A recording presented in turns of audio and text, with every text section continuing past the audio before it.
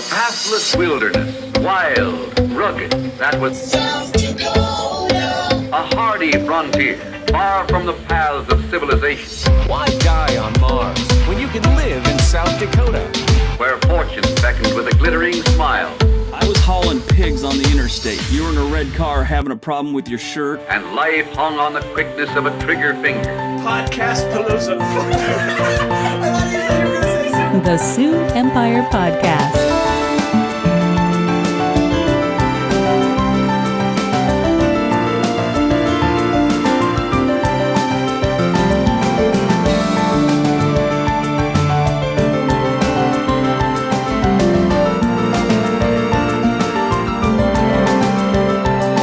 Well, hello everyone, and welcome to another fantastic episode of the Sioux Empire Podcast.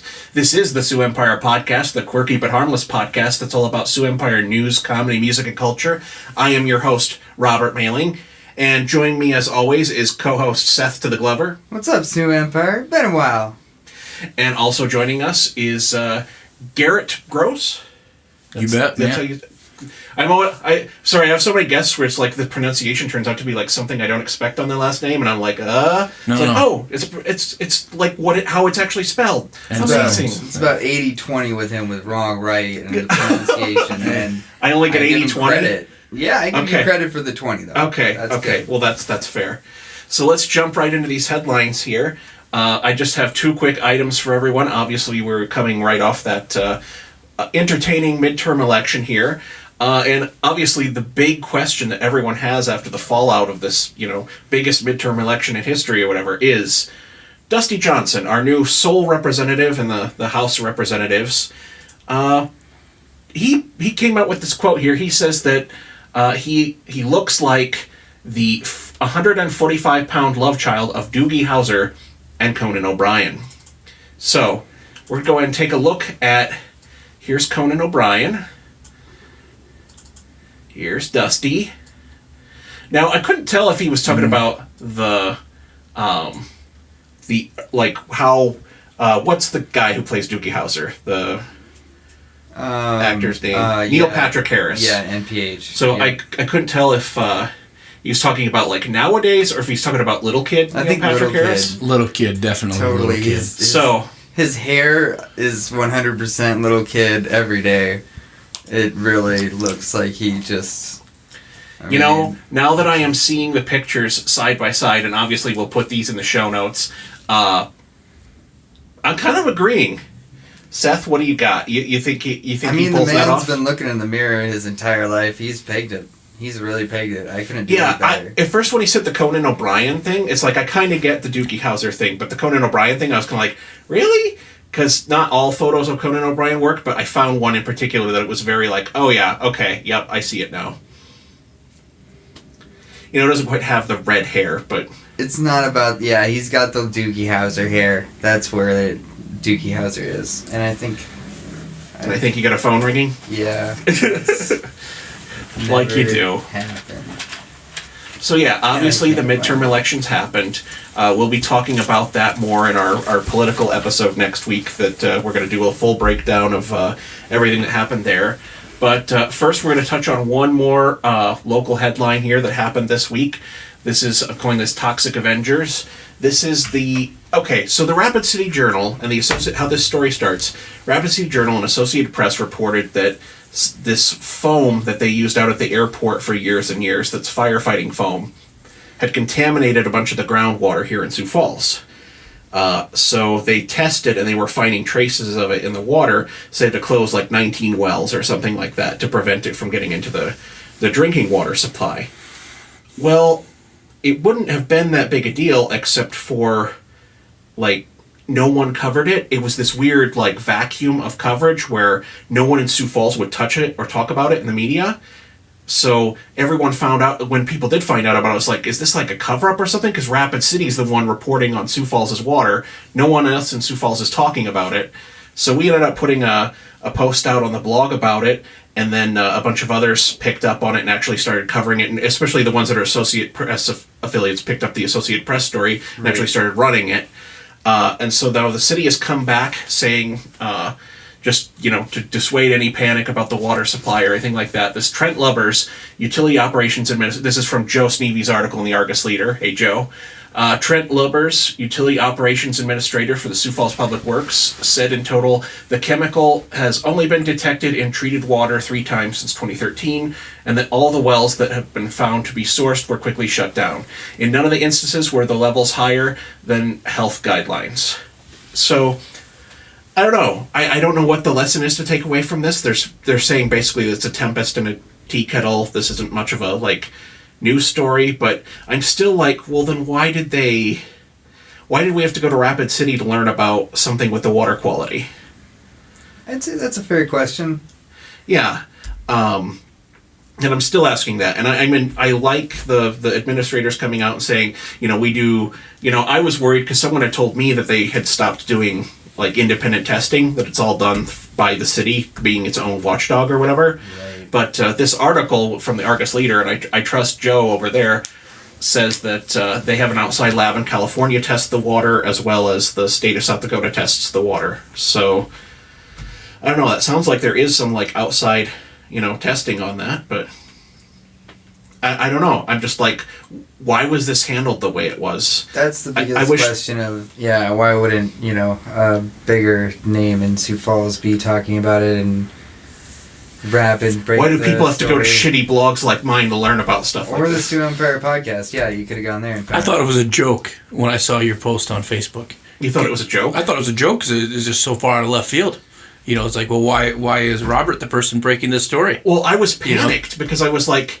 Because I saw the Associated Press thing, then I went to the Rapid City thing, and the Rapid City thing makes it sound really goddamn dire if you read that, just the way they've written it. So that got me. I was legit freaked out.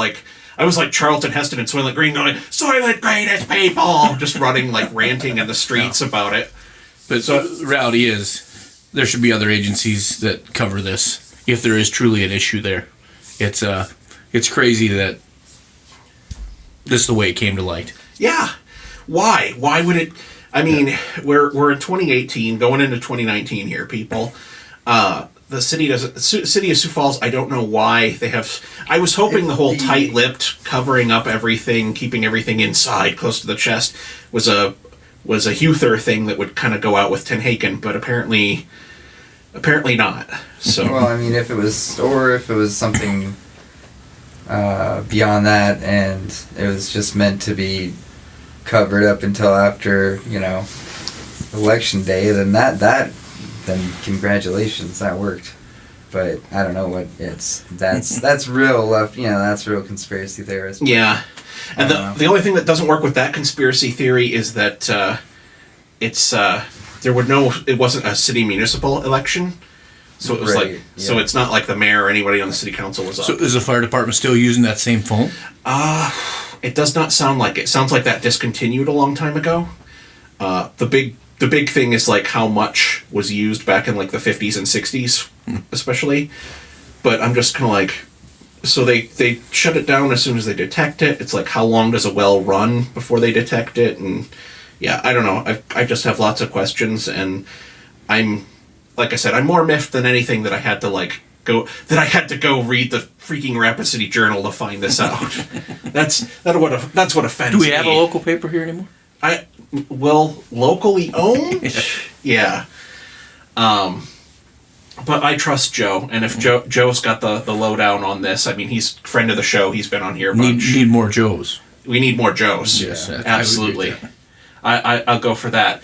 My last story I'm going to cover for local stuff here before we get into what Garrett's got here is the Boe Forum 2019. I'm always super excited about this. I really loved seeing Neil deGrasse Tyson speak. He's even hanging on my wall behind me here, the cover of that one. And then I sent Peter to Condoleezza Rice speaking last year. Big guys, big guns they've got this year are Woodward and Bernstein, the Woodward and Bernstein that broke the Watergate story for the Washington Post, leading them winning a Pulitzer Prize and leading eventually to the resignation of President Richard Nixon and the whole Watergate scandal and all that. So they're kind of like the Neo of investigative reporting, legendary, all powerful. And they're kind of like the people to talk to about news stories that affect presidents. And so I can't help but think it's like it'll be like March when he comes to Sioux Falls, or when they come to Sioux Falls and talk, and that's going to be right about the time that the new Democrat majority is going to be in the House, and there's going to be like investigations going on and stuff like that. So it's just like, I'm just like, whoever runs the Boe Forum and like gets their guests, that's timing, man. Yeah. Because that is like going to be so in the zeitgeist when that's going on. It's going to be crazy. The Boe Forum is absolutely awesome. Yeah, the Boe Forum is amazing. I went to Augie in the late 90s, and I remember when Gorbachev came to speak, and there was like a 7-year difference between when Gorbachev came to Augustana to speak and when, all the conflict and the Cold War was just winding down. I mean, just crazy to think that much can happen in 7 years, and then they get him to come to Augie. What the hell? That was... I was looking at their list, and it's like they had Giuliani like 2 years after 9/11. They had like Queen Noor of Jordan like right around that time too. And I'm just like, I was looking at the past guests, and I was like, holy crap! I'm just thinking here. Are those presentations and speeches? Are they logged somewhere where the public can access them? I don't think there's recordings of them. If there is, it's not on the Boe Forum page. Maybe the Center for Western Studies, shout out to those guys too, have something like that, but I haven't seen it if there is. Because, you're right. It'd be very cool for the public to access that. Absolutely. Yeah, they absolutely should be doing that. Like, that was... When Gorbachev came, right, I'm 19 years old, and a couple of, of course, this was before selfies, right? Sure. But I would have loved to have a picture with Gorbachev, right? And there was this nerd down the hallway from me who was from Norway, and somehow Gorbachev picked him to have a picture taken with him. Nice. And I'm like, what the hell? So it's just crazy. That's awesome. So with that, we're going to transition out of news here, and we're going to get into a little bit of what Garrett's got for you.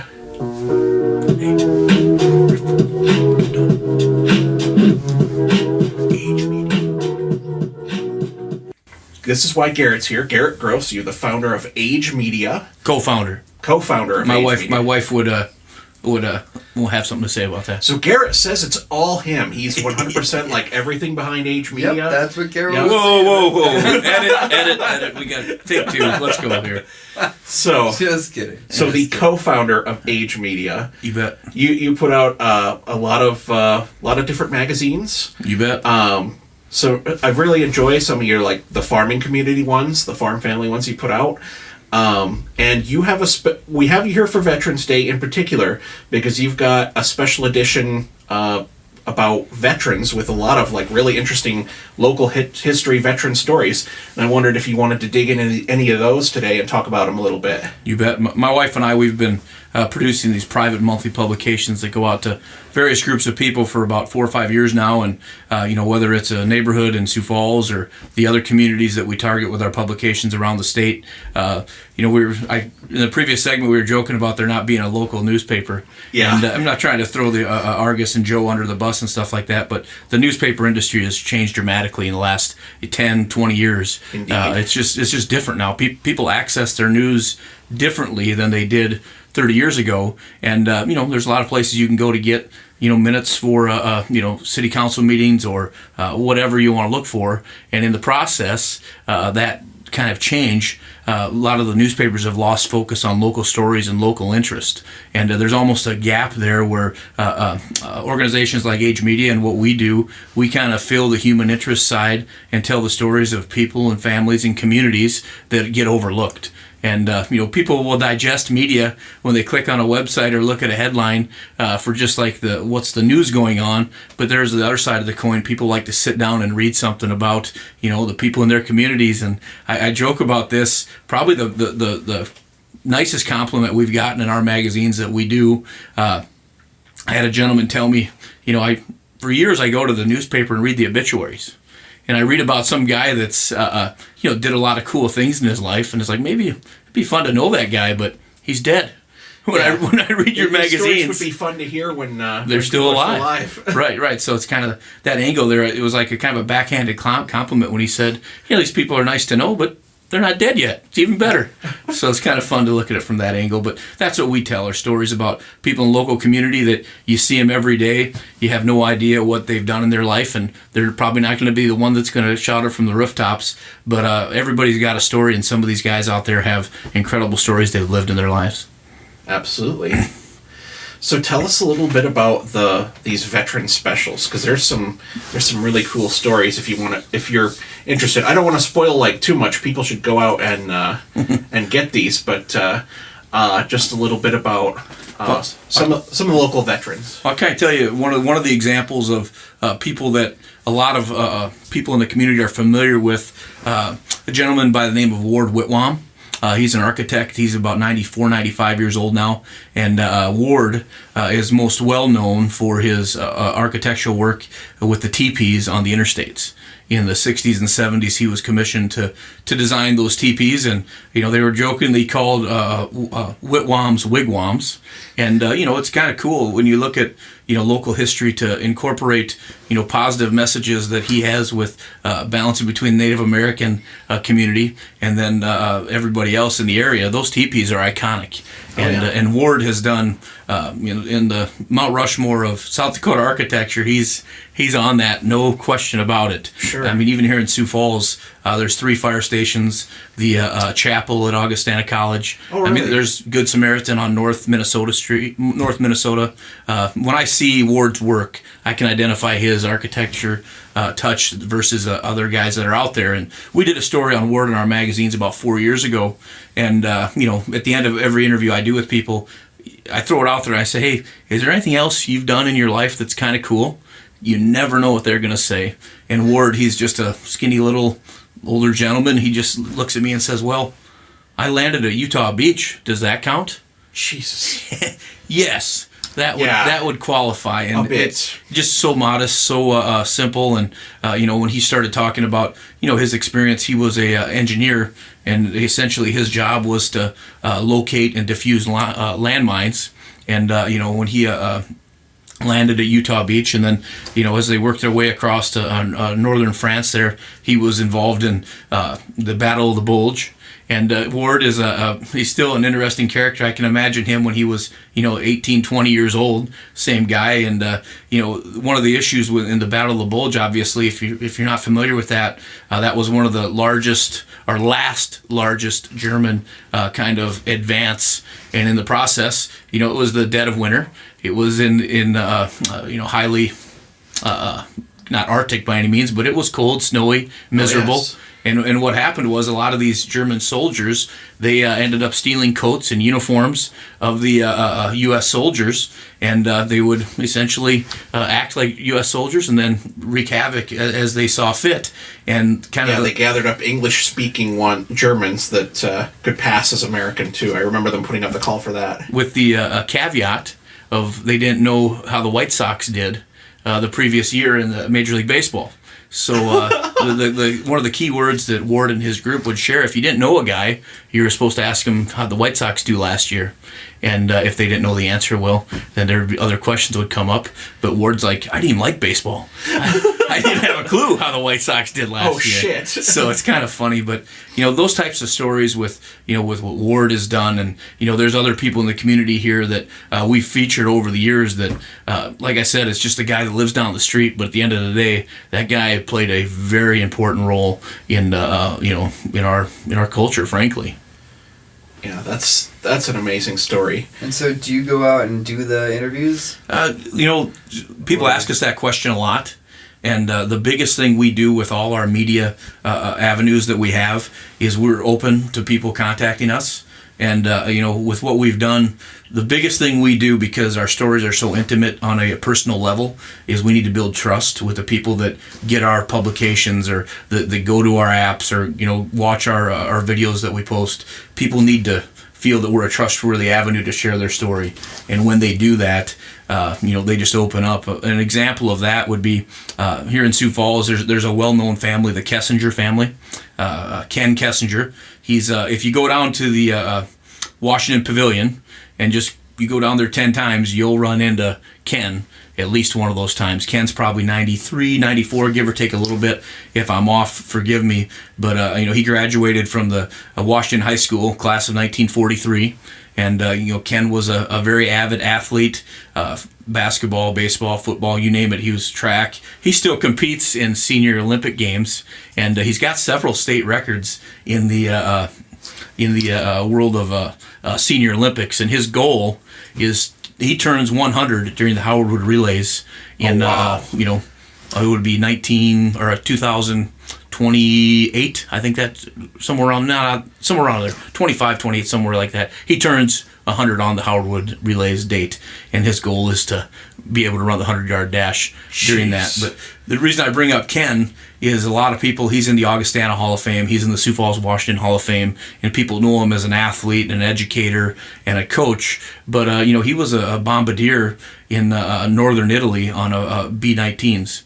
And it's just kind of one of these things where, once again, he lives just east of McKinnon Park, and people just know him as the neighbor. But he played a very key role in his crew, and people don't know those stories, but he's glad to share them. And actually, he gave me his journal, basically a daily journal that he wrote from March of 1945 until August of 1945. And some of those journal entries in there, just to see the war through the eyes of a 19, 20-year-old kid, it's incredible, because he talks about getting up at 5 a.m, getting breakfast, having your little briefing, getting in the plane, flying 3 hours to where they're going to do their bombing mission. And he says in one post, he said, I dropped 3,000-pound bombs on a bunch of Nazis. We landed at 3 o'clock. We played softball. I went 3 for 4 with 2 doubles and 6 RBIs. It's like, are you kidding me? That is awesome.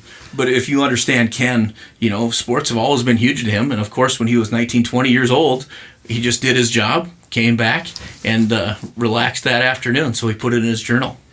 It just always amazes me that, as a, well, you and I have talked before, and I'm a big history nerd, and you kind of, I don't know if you don't like this title, but are also very much into history, a history nerd, if you will. But it always amazes me, just the hidden little stories about people and places. Absolutely. And then the ones that are just buried in the community like that. I think of my grandfather on my mother's side, and all his experience in the Korean War, and him not talking about it for years and years, and then every once in a while he'd just say something that would just wait, what? Right. I think some the History Channel was on or something like that. It was talking about MiG Alley when the MiGs came online in Korea. They didn't really have anything. The Americans didn't have a fighter jet or a jet fighter in the field yet to challenge it. And he just walks through the room and he's that was awful. He's I know. He's one of those goddamn things came over us, and it's just kind of off the cuff talked about his foxhole was safe that he made it to, but the one next to him got hit with an incendiary bomb, and he's people he knew didn't make it out of there, and he's just that was just hell until they got the sabers in the air so that we could fight back, and just holy shit. It's I've never heard him say anything like that, and that just came out of the blue. It's because he's talking about an emotional response to an event that occurred. Yeah. I mean, let's face it, history is boring as hell when it's presented by Mr. Insert Your Boring High School Teacher's name here. Yeah. Dates, events, who gives a rat's ass? Really. But when you start talking about experiences and understanding the context of emotions and what those emotions meant, it's a totally different deal. And, with our magazines that we put out and everything we do, we want to connect with people on a very personal and intimate level. And, obviously, we live in a time now where we're divided, whether it's this group's fault or that group's fault. It doesn't matter. For the most part, if you can connect people and find common grounds on certain things, and in the process you learn about the other side, learn where they're coming from, I'm convinced that a lot of this division that's out there, if people just understood the other side more, you'd avoid an incredible amount of conflict. And when you understand the history of a community, you understand the history of a nation or whatever, it takes big steps. And that's why with what we do with our Keeping Local History Alive features we run every month. These are very popular topics. You asked the question, how do we get our stories? I'm telling you, man, the pipeline is full because there aren't very many avenues where people share local history that's accurate. And believe me, I'm not an academic historian, but I'm not going to put anything in anything that we do that's not 100% on point. And, because once it's in print or once it's on a video, it's true. So it's one of these things where we do our best and we vet the stories that come across our table. And frankly, sometimes I'm shocked what people tell me. It's like I think that's awesome, but there's no way I'm going to share that. From that standpoint. But this perspective on Veterans Day and us telling stories of local people that have played a role. A lot of these guys, these World War II guys, I forget what the number is, but the national level, there's hundreds of them dying every day. And if these stories aren't recorded, if they're not written down, they're smoke in the wind and they're gone. Yeah. And that's our goal of what we're trying to do with our features we run. Yeah, it's really cool because it's like you're really doing like true in a historical broader sense what a historian's job was, which was to chronicle and record the past. And it's just like they talk about like the victor writes history, or it's like, well, not just the victor but the one that actually like bothers to write it down and put it into a medium of some kind to record these stories. You ever had Bob Colby on your show? I have not. He's on my list to ask, but I haven't had him yet. Bob Colby is he's another fellow history nerd to you and I. Big history nerd. And if there's a totem pole of history nerds, he's on the top. Yeah, definitely. Top couple rungs. But, he and I have had many conversations, and, history, there's 3 or 4 perspectives on everything. Oh, yeah. And what really happened and how it happened, and, you kind of get different stories, and then you got the person who saw it, the person who experienced, and the person that wrote it down. And they're all three maybe a little bit different, but when you understand that context, okay, now I realize what was going on then. And, just here in Sioux Falls, the rich history of our community is crazy. I mean, pre-prohibition here in Sioux Falls, and, you had the conflicts between the wets and the dries, and, Sioux Falls wasn't Deadwood, but it wasn't, we were a divorce haven. It was an action-packed community. I mean, there was a lot of... Oh, yeah. You think of, Dodge City, Kansas, and the Wild West, and these things that are in the movies. Sioux Falls wasn't that far off the spectrum from those types of communities. The stories are incredible, frankly. Seth, were you with when we were looking at a downtown office for a nonprofit we were working for or whatever, and we looked at the upstairs of this building, and it still had, I don't want to say it was a brothel, but what kind of really looked like the setup for a brothel in the upstairs, because it hadn't been nobody been up there for 100 years.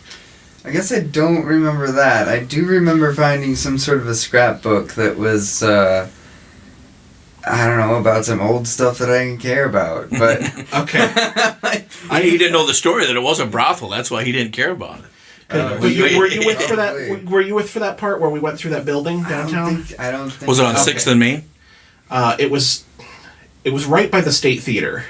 Okay. Oh, it was over there. Okay. Yeah, and it had been a department store-y kind of place for a long time. I don't know what ended up moving into it, but we were looking at it for offices for a nonprofit, and we went in the upstairs, and then the upstairs actually branched off into the top of the building next to it, and in that addition area or whatever, there was a part that hadn't been remodeled or hadn't been touched basically since 1905 or something like that, and so it looked like an old-timey hotel. It had there was a board on the wall that said something like $1 a night or something like that, sleep and stuff like that, and yeah. There's a very shadowy history out there in every community, and what's funny is I know a woman who I'll suggest the name after the show. She has her husband collects Breweriana and antique pre-prohibition Breweriana, and he literally has. There's not 10 people in the country that have a better collection than this guy has, and his wife collects brothel memorabilia. I mean, just cool stuff. So it's there's some interesting things out there here on South Dakota, Deadwood, South Dakota. There's some interesting stories that are out there on that end too. But here on Deadwood, beer. Have you ever heard the stories about the that island that was by Yankton on the river. That was the one that the territorial governor was like. It was basically like a criminal paradise or whatever. What happens out there stays out there, or what? Yeah, and it was but it was owned by like either a governor or lieutenant governor of the territory when it was Dakota Territory. And I'll have to look that up because that was. Have you ever had Wayne Fanaboost on your show? No, I haven't. Are you familiar with Wayne? No. Wayne is, you want to talk about an academic historian. Wayne is a retired lawyer, and he just wrote a book on the history of Jesse James and as they came through Dakota Territory. Really? And that was published about 9 months ago. We ran a story on it. And Wayne, everything is footnoted. I mean, he's a lawyer, and everything is like he's a true historian. I would say I'm kind of I don't know, 1 to 10. I'm about a 4 or 5.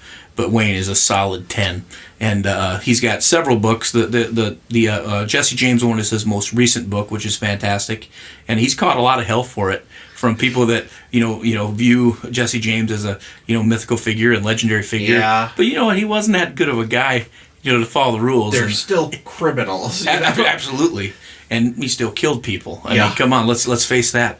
And but anyhow, he's caught some heck from people, in the South. And but the facts are the facts, and Wayne is not going to back down on that. But the reason I bring his name up, he wrote another book called Outlaw Dakota, and same type of perspective in the in the early 1870s. There were only 4 territory judges for the entire Dakota Territory, and that goes from Montana to North Dakota, now South Dakota.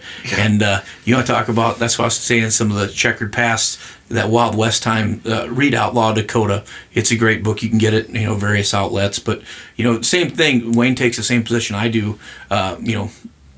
These stories are out there. They need to be written down. They need to be obviously vetted, and that's our job to do it. And guys like Ward Whitwam made a strong impact in the community.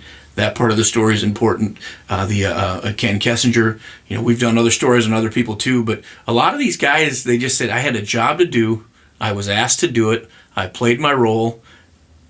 I did it. It's just the modesty and the just. They weren't bigger than the collective. They were just they're happy to make it through it. They're thankful to make it through it, and that's a very important theme that needs to be shared, needs to be passed on to further generations than just these guys had in the 40s and 50s. Yeah, that era, their sense of like community over individual, without sacrificing the like individual freedom, was pretty amazing, and it's pretty like pronounced. Like right. It's shocking nowadays because you try to imagine like people that would have that attitude, whereas like nowadays it's just kind of like well, does this thing we're engaging in, does this like accentuate me as a person, like individually and stuff like you look at like recruiting for nonprofits and like volunteer organizations and stuff like that. There are a lot of like in the younger generation that are very motivated and do get involved, but when they get involved, they tend to want to like go into a diaspora of stuff, whereas back then you kind of have more monolithic. It's like if you're volunteering, you're probably volunteering for the Red Cross, and it's just like, and then the war's going on, so the U.S. Army is a big like thing that everybody is like pouring their collective energy into. One of the other stories of a World War II veteran that, to me, he was one of the first guys we featured. He was a gentleman by the name of Claude Hone. Claude turned 98 in February, and he made the news here about a month or two ago with the Sanford golf event there at the country club. And Jack Nicklaus was there. And Claude, he's 98. He golfs 3 to 4 times a week still today, and he walks the course. And, he said he's the best 98-year-old golfer in the country, which is probably true. And when he met Jack Nicklaus, it was a big event for him because, he was a 1938 graduate of Washington High School. And, Claude and I went down to Washington Pavilion. And if you've ever been up on the 3rd floor, kind of in the back there, they call it, I believe it's called Alumni Hall, where they kept the Washington Pavilion or Washington High School original to the way it was when it was a school. Sure. And there's all these trophy cases in there. Oh. And, of course, there's the 1938 State High School golf trophy in there. Nice. And Claude took me right over to that thing and said, hey, I was on that team. I was the 4th best golfer on that team. I've never seen that part of the building. I would say it's on the west side, 3rd floor. Okay. If you just ask up for on the third floor, so alumni hall, it's pretty cool. And Ken Kessinger, the gentleman I spoke of earlier, he played a key role in keeping that history and putting that history together. But I mean, Washington High has incredible history in there. And to talk about Claude Hone, you talked about volunteering for the Army or what have you. Yeah. This was a time when he 1938 graduated from high school. 1940-41 is when he enlisted, and he went down to the Army recruiter, and I think it was right before Pearl Harbor is when he signed on, and his goal was his mission was to sign up with the Army, but he went down there about 12 o'clock, and the Army recruiter was out to lunch, and the Marine guy was there. Oh boy. So that's the story of how Claude became a Marine. But what's crazy about that is, Claude Hone, he's lived an incredible life here. Like I said, he just turned 98, and in February he'll turn 99, obviously, here very shortly. But he was, after the war, he was a realtor. In 1953, he was issued real estate license number 1 in the state of South Dakota. Now there's about 16,000 licensed realtors that have been gone through the state, but Claude has just lived an incredible life. And some of the things he made the comment to me as we were driving around once. He said, "Garrett, the toughest part about getting old is all your friends die." And some people, that happens to them, and they become lonely, and they can't meet new people, and they just kind of become isolated and depressed, and they just kind of fizzle away. And Claude looked at me and said, "My goal is to meet one new person every day. And Garrett, nice. I'm glad I met you." And I'm like, wow, that's freaking awesome, man. And then he very wise, but Claude was a Marine, and the opportunity presented itself to he was a drill instructor type role, a drill sergeant in down in the San Diego area, and this was at a time when they needed pilots in the Guadalcanal. And he saw the letter come across, or the whatever correspondence it was, and he said to his overseeing officer, said, "Hey, can I apply for this?" He goes, "I tell you what, write yourself a letter, put my name on it, and send it in. I'll sign it." And so Claude ended up getting that flight school type role, and he ended up becoming a pilot, and he flew a Corsair, which if you're familiar with a Corsair, it's kind of I don't know. To me, it looks like a bumblebee in a way. It's got those the wings are just different. Swept wings. Right. I love that. It doesn't look like it can do what it can do. If you've ever, if you're a really old TV buff, was it Black Sheep Squadron on TV? They flew Corsairs. Well, the Corsairs are just like beautiful fighter aircraft. I mean, they're up there with the P-51 Mustang for me, just as far as like aesthetic and being like, oh, that's a beautiful World War II plane. Well, that's the way you feel about it. Yeah. Right? The previous division of the military that had it didn't feel the same way. Oh. So they basically dumped it on the Marines and said, hey, you can have this thing, without knowing how good of an actual plane it was. Okay. And Claude flew a Corsair, and Claude's house is over there kind of by C.J. Calloway's on the south part of town.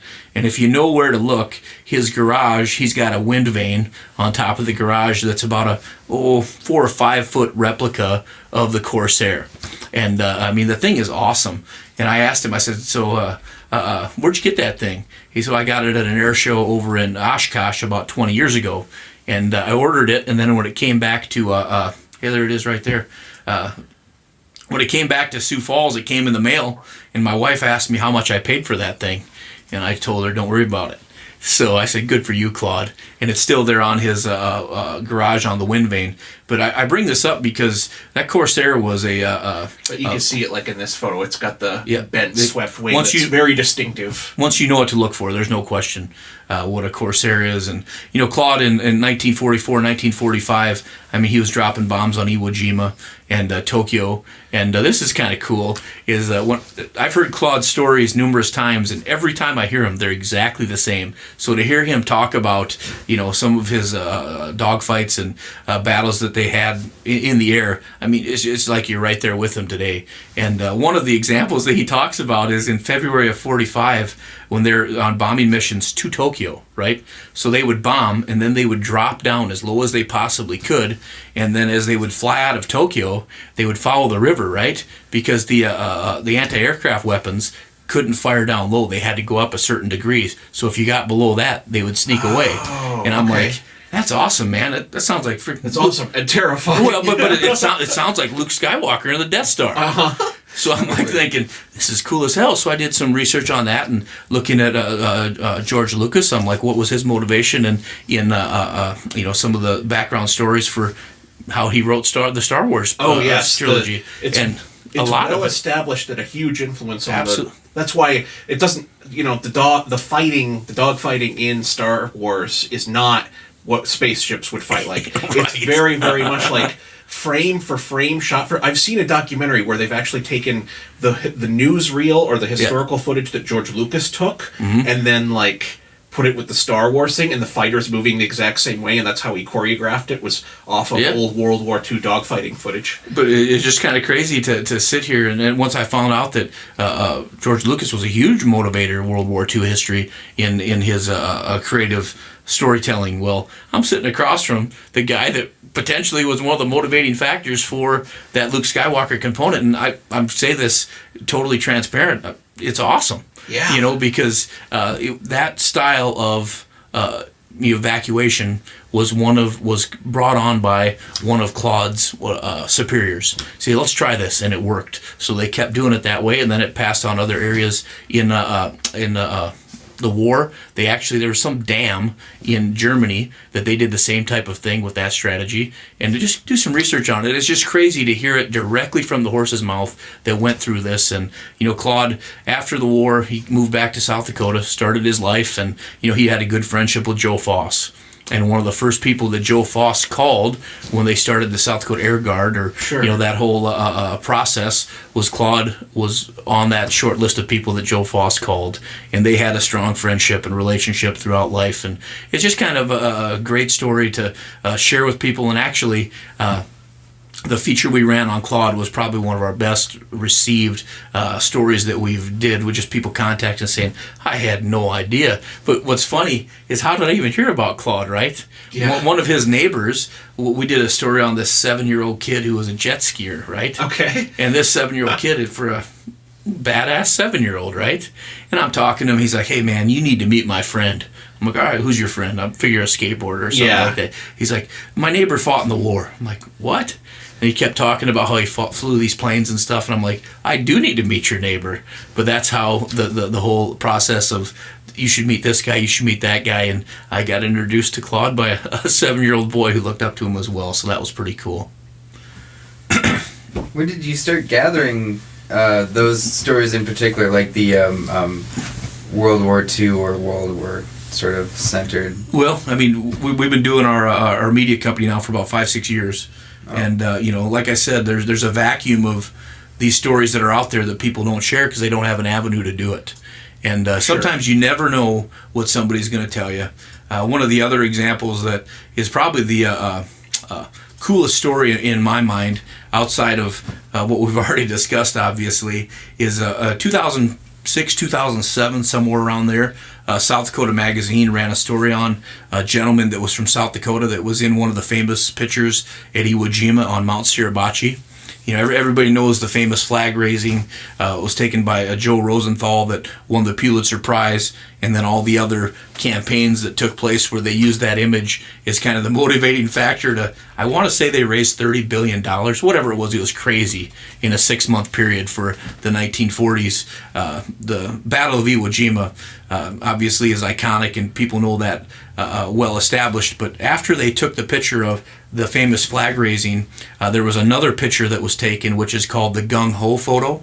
And in the Gung Ho photo, it was taken by Joe Rosenthal as well.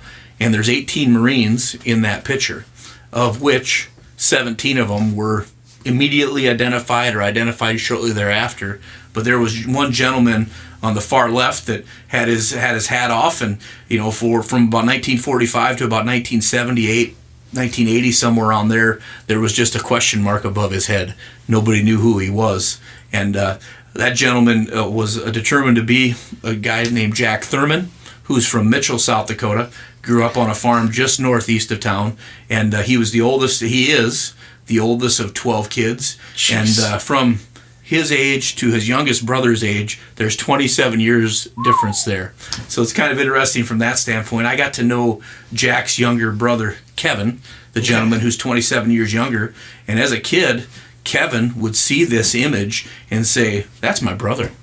But it was a time when, obviously after World War II, there were a lot of guys that when they came back, they had some time to adjust, and we'd call it PTSD, or, sometimes guys just didn't want to talk about what they went through. PTSD, warrior's heart, it's a thing that's been around forever.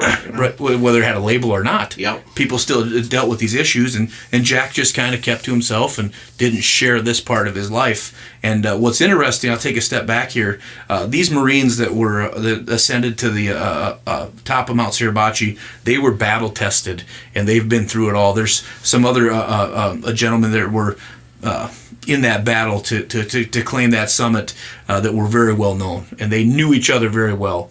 And I might have my regiments mixed up here, but most of them were from the 28th Marine, where Jack was in the 29th Marine, or vice versa.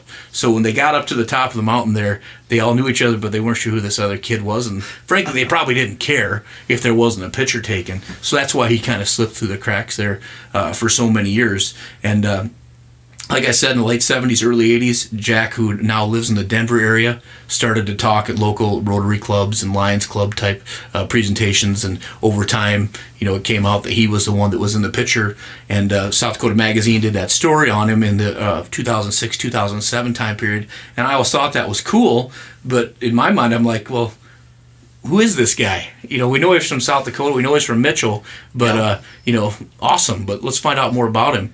And I contacted Kevin, his younger brother, and then the wheels kind of just opened up a little bit for more storytelling with that. And, my wife and I are the founders of Age Media, and this was 2002. I go to Nutty's Bar here in town, and I meet this gal, and I ask her what her name is, and she said, well, can you keep a secret? And I said, well, sure. And she said, well, so can I, and she walked away. And I'm like, that is freaking awesome. So I pursued her a little bit more, and, found out she was just joking.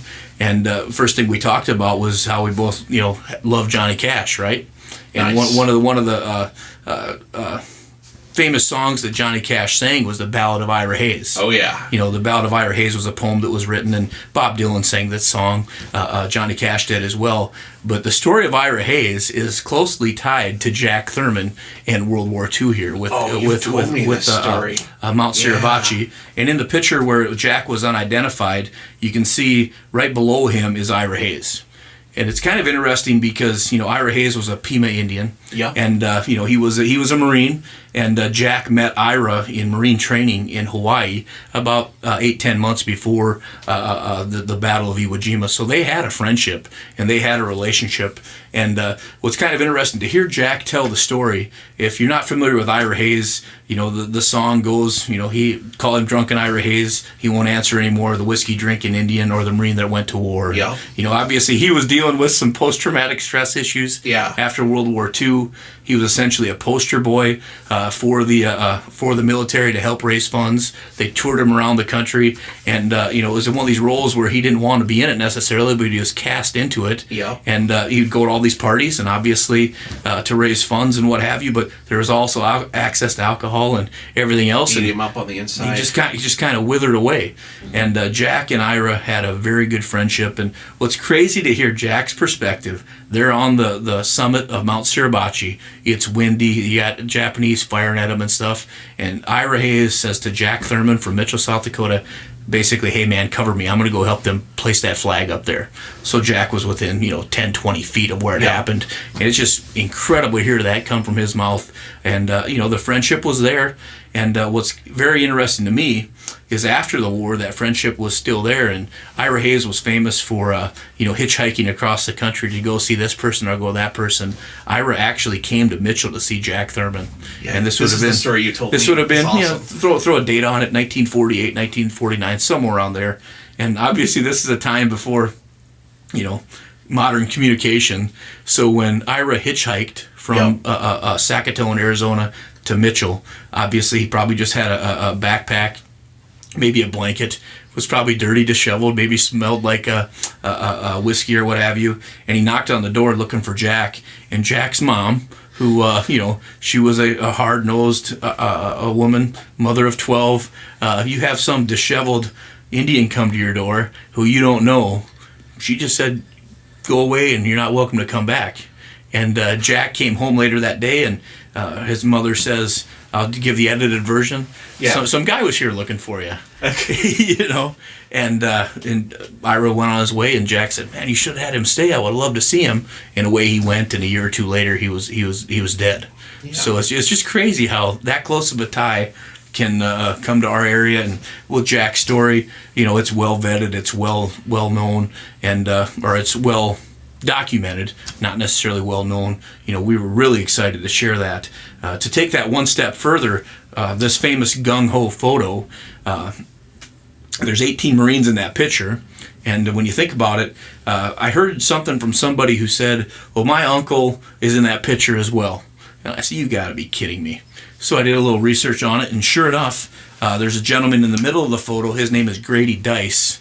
He was one of the more established, seasoned Marines that I was speaking of that had more experience, where Jack was just basically an 18-year-old kid, and this was his first major conflict that he was part of. But Grady Dice, he was in that picture as well, and he was a farm kid from the kind of Chamberlain Reliance area.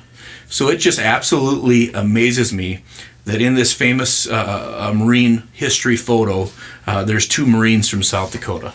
It floors me. It blows me away. It's like South Dakota, like the people here, I don't know what it is about us, but we are always disproportionately represented in, like, especially military history, like big time. Like, my local American Legion, my sister, she's really active there. She put together a slideshow of all the different veterans who are have lived or still live in Wessington. And I mean, we're only talking like a town of 200 people.